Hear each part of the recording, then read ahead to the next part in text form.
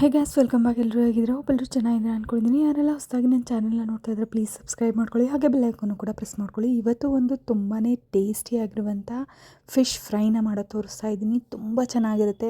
ಮತ್ತು ತಡ ಮಾಡೋದು ಯಾಕೆ, ಬನ್ನಿ ಹೇಗೆ ಮಾಡೋದು ಅಂತ ತೋರಿಸ್ಕೊಡ್ತೀನಿ. ಇವತ್ತು ನಾನು ಮಾಡ್ತಾ ಇರೋ ರೆಸಿಪಿ ಬಂದು ಬೆಂಗಾಲ್ ರೆಸಿಪಿ. ತುಂಬಾ ಚೆನ್ನಾಗಿರುತ್ತೆ. ಪಾರ್ಶಿ ಫ್ರೈ ಅಂತ ಹೇಳಿ ಬೆಂಗಾಲ್ ಕಡೆ ತುಂಬಾ ಫೇಮಸ್ ಆಗಿರುವಂಥ ರೆಸಿಪಿ. ಆ ಕಡೆ ಬಜ್ಜಿ ರೂಪದಲ್ಲಿ, ತವಾ ಫ್ರೈ ರೂಪದಲ್ಲಿ, ಕಬಾಬ್ ರೂಪದಲ್ಲಿ ಎಲ್ಲ ಮಾಡ್ತಾರೆ. ನಾನಿವತ್ತು ಫ್ರೈ ರೂಪದಲ್ಲಿ ಮಾಡ್ತಾ ಇದ್ದೀನಿ. ಮೊದಲಿಗೆ ನಾನು ಫಿಶ್ನ ನೀಟಾಗಿ ಅರಿಶಿನ ಪುಡಿ ಹಾಕೊಂಡು ವಾಶ್ ಮಾಡಿ ಇಟ್ಕೊಂಡಿದ್ದೀನಿ. ನಂತರ ಅದಕ್ಕೆ ಒಂದು ಸ್ವಲ್ಪ ಅರಿಶಿನ ಪುಡಿ, ಖಾರದ ಪುಡಿ, ಉಪ್ಪನ್ನ ಸೇರಿಸ್ಕೊತಾ ಇದ್ದೀನಿ. ನಂತರ ನಾನು ಇಲ್ಲಿ ಒಂದು ಸ್ವಲ್ಪ ಆಗೋಷ್ಟು ಗರಂ ಮಸಾಲನ ಸೇರಿಸ್ಕೊತಾ ಇದ್ದೀನಿ. ತುಂಬ ಚೆನ್ನಾಗಿರುತ್ತೆ.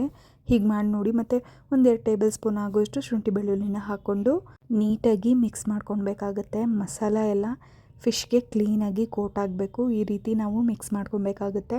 ಇದನ್ನು ಕೆಲವರು ಬೇರೆ ಬೇರೆ ರೀತಿನಲ್ಲಿ ಮಾಡ್ತಾರೆ. ತವಾ ಫ್ರೈ ಮಾಡ್ತಾರೆ ಅಥವಾ ರವೆ ಹಾಕ್ಬಿಟ್ಟು ಕೂಡ ಮಾಡ್ತಾರೆ. ನಾನು ಇವತ್ತು ಈ ಸ್ಟೈಲಲ್ಲಿ ಮಾಡ್ತಾಯಿದ್ದೀನಿ. ತುಂಬಾ ರುಚಿಯಾಗಿ ಬರುತ್ತೆ.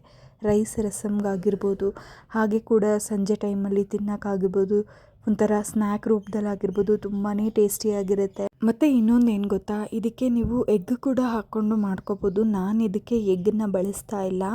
ಇದು ಚಿಕ್ಕ ಮೀನಾಗಿರೋದ್ರಿಂದ ನಾನು ಹಾಗೆ ಮಸಾಲಾನ ಮಿಕ್ಸ್ ಮಾಡಿ ಮ್ಯಾರಿನೇಟ್ ಮಾಡಿಕೊಂಡು ಮಾಡೋವಂಥ ಫಿಶ್ ಫ್ರೈ ಇದು. ನಮ್ಮ ಮನೆಯಲ್ಲಿ ನನ್ನ ಮಕ್ಳಿಗಾಗಲಿ, ನಮ್ಮ ಫ್ಯಾಮಿಲಿಯವ್ರಿಗಾಗಲಿ ಎಲ್ಲರಿಗೂ ಫಿಶ್ಶೇ ತುಂಬ ಫೇವ್ರೇಟು.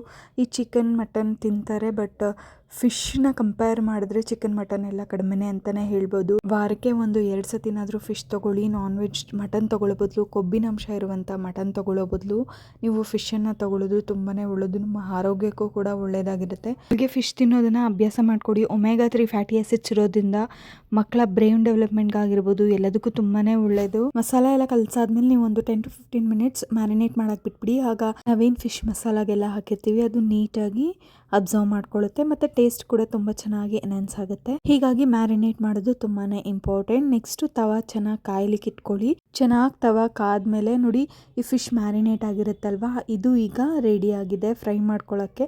ನೀವು ಬೇಕಾದರೆ ಆಯಿಲಲ್ಲಿ ಡೀಪ್ ಫ್ರೈ ಕೂಡ ಮಾಡ್ಕೋಬೋದು, ಅಥವಾ ತವಾದಲ್ಲಿ ಶಾಡೋ ಫ್ರೈ ಮಾಡ್ಕೋಬೋದು. ಯಾವುದಾದ್ರೂ ಮಾಡ್ಕೊಳ್ಳಿ, ತುಂಬ ರುಚಿಯಾಗಿ ಬರುತ್ತೆ. ನೀವೇನಾದರೂ ಡೀಪ್ ಫ್ರೈ ಮಾಡಿದ್ರಿ ಅಂದರೆ ಫುಲ್ ಹೆಡ್ಡಿಂದ ಬಾಲವರೆಗೂ ಮುಳ್ಳು ಸಮೇತನೇ ತಿನ್ಬಿಡ್ಬೋದು. ಅಷ್ಟು ಇದರಲ್ಲಿರುತ್ತೆ. ಮುಳ್ಳು ಗಿಳ್ಳು ಏನು ನಮಗೆ ಸಿಗೋದಿಲ್ಲ. ಅಷ್ಟು ಎಲ್ಲ ಫುಲ್ ಕರಗೋಗ್ಬಿಟ್ಟಿರುತ್ತೆ. ಮತ್ತು ನೀವೇನಾದರೂ ತವಾ ಫ್ರೈ ಮಾಡ್ತೀರಾ ಅಂದರೆ ಅದನ್ನು ಕೂಡ ಅಷ್ಟೇ ಚೆನ್ನಾಗಿ ಆಯಿಲ್ ಹಾಕ್ಬಿಟ್ಟು ನೀಟಾಗಿ ರೋಸ್ಟ್ ಮಾಡ್ಕೊಳ್ಳಿ. ಆಗ ತುಂಬಾ ಚೆನ್ನಾಗಿರುತ್ತೆ. ಆಗಲೂ ಕೂಡ ಅಷ್ಟೇ ನೀವು ಫುಲ್ ಮುಳ್ಳಿನ ಸಮೇತನೂ ಕೂಡ ತಿನ್ಬಿಡ್ಬೋದು. ಅಷ್ಟು ಚೆನ್ನಾಗಿರುತ್ತೆ. ನಾನಿಲ್ಲಿ ತವಾ ಕೂಡ ಬಳಸ್ತಾ ಇಲ್ಲ, ಹಾಗೆ ಡೀಪ್ ಫ್ರೈ ಕೂಡ ಮಾಡ್ತಾ ಇಲ್ಲ. ನಾನೊಂದು ಪ್ಯಾನ್ ಇಟ್ಕೊಂಡಿದ್ದೀನಿ. ಪ್ಯಾನ್ಗೆ ಒಂದು ಸ್ವಲ್ಪ ಎಣ್ಣೆನ ಹಾಕ್ಕೊತಾ ಇದ್ದೀನಿ. ಸ್ವಲ್ಪ ಜಾಸ್ತಿನೇ ಹಾಕ್ಕೊಳ್ಳಿ ಆಯಿಲು. ಫಿಶ್ ಫ್ರೈ ಮಾಡಬೇಕಾದ್ರೆ ನಾನಿಲ್ಲಿ 5 ಟೇಬಲ್ ಸ್ಪೂನ್ ಆಗೋಷ್ಟು ಎಣ್ಣೆನ ಹಾಕ್ಕೊಂಡಿದ್ದೀನಿ. ಎಣ್ಣೆ ಚೆನ್ನಾಗಿ ಕಾದ್ಮೇಲೆ ನಾವು ಮ್ಯಾರಿನೇಟ್ ಮಾಡಿ ಇಟ್ಕೊಂಡಿದ್ವಲ್ಲ ಒಂದೊಂದೇ ಮೀನನ್ನು ನೀಟಾಗಿ ಹಾಕ್ಬಿಡಬೇಕು. ಅದಕ್ಕೂ ಮೊದಲು ಒಂದು ಸ್ವಲ್ಪ ಎಣ್ಣೆಗೆ ಕರ್ಬೇವಿನ ಸೊಪ್ಪು ಹಾಕಿ ಅದ್ರ ಮೇಲೆ ಮೀನನ್ನು ಇಡಬೇಕು. ತುಂಬಾ ಟೇಸ್ಟ್ ಚೆನ್ನಾಗಿರುತ್ತೆ. ಈ ರೀತಿ ನೀವು ಒಂದ್ಸತಿ ಮಾಡಿ ನೋಡಿ. ಪ್ರತಿ ವಾರನೂ ನೀವು ಇದೇ ಮೀನು ತಂದ್ಬಿಟ್ಟು ಹೀಗೆ ಮಾಡ್ಕೊಂಡು ತಿಂತೀರಾ. ಬೇಕಾದಲ್ಲಿ ನೀವು ವೇರಿಯೇಷನ್ಸ್ ಕೂಡ ಮಾಡ್ಕೋಬೋದು. ಈ ಟೈಮಲ್ಲಿ ರವಾನ ಒಂದು ಸ್ವಲ್ಪ ಸೈಡಲ್ಲಿ ಇಟ್ಕೊಂಡು ಮ್ಯಾರಿನೇಟ್ ಮಾಡಿ ಇಟ್ಕೊಂಡಿದ್ದೀವಲ್ಲ, ಆ ಮ್ಯಾರಿನೇಟ್ಗೆ ರವಾನ ಹಾಕಿ ಮಿಕ್ಸ್ ಮಾಡಿಬಿಟ್ಟು ಎಣ್ಣೆಯಲ್ಲಿ ಇದೇ ಥರನೇ ಫ್ರೈ ಮಾಡ್ಕೊಳ್ಳೋದು. ತುಂಬಾ ಚೆನ್ನಾಗಿರುತ್ತೆ.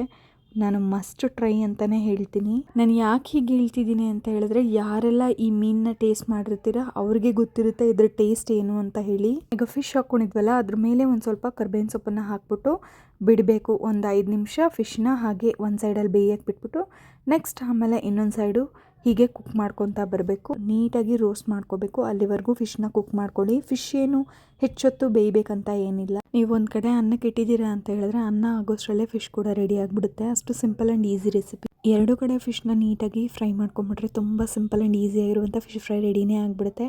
ಇದನ್ನೇ ನೀವು ಈಗ ಪ್ಲೇಟಿಂಗ್ ಮಾಡ್ಕೋಬೇಕು ಅಷ್ಟೇ. ಪ್ಲೇಟಿಂಗ್ ಮಾಡಿಕೊಂಡು ನೀವು ರೈಸ್ ರಸಮ್ ಜೊತೆನಾದರೂ ತಿನ್ಬೋದು, ಹಾಗೇನಾದರೂ ತಿನ್ಬೋದು, ಅಥವಾ ಬೇಳೆ ಸಾಂಬಾರು ನಿಮ್ಮ ಇಷ್ಟ. ನಿಮಗೆ ಹೇಗೆ ತಿನ್ನಬೇಕು ಅಂತ ಅನಿಸುತ್ತೋ ಹಾಗೆ ನೀವು ತಿನ್ಕೋಬೋದು. ನೋಡಿ ಹೇಗೆ ಕಾಣ್ತಿದೆ ಅಂತ ಹೇಳಿ. ನೋಡ್ತಾ ಇದ್ರೇ ಬಾಯಲ್ಲಿ ನೀರು ಬರುತ್ತೆ. ಅಷ್ಟು ರುಚಿಯಾಗಿದೆ, ತುಂಬ ಟೇಸ್ಟಿಯಾಗಿದೆ, ಎಷ್ಟು ಸಾಫ್ಟಾಗಿದೆ. ನೋಡ್ತಾ ಇರಿ, ಕಲರ್ ಎಲ್ಲ ಚೆನ್ನಾಗಿದೆ.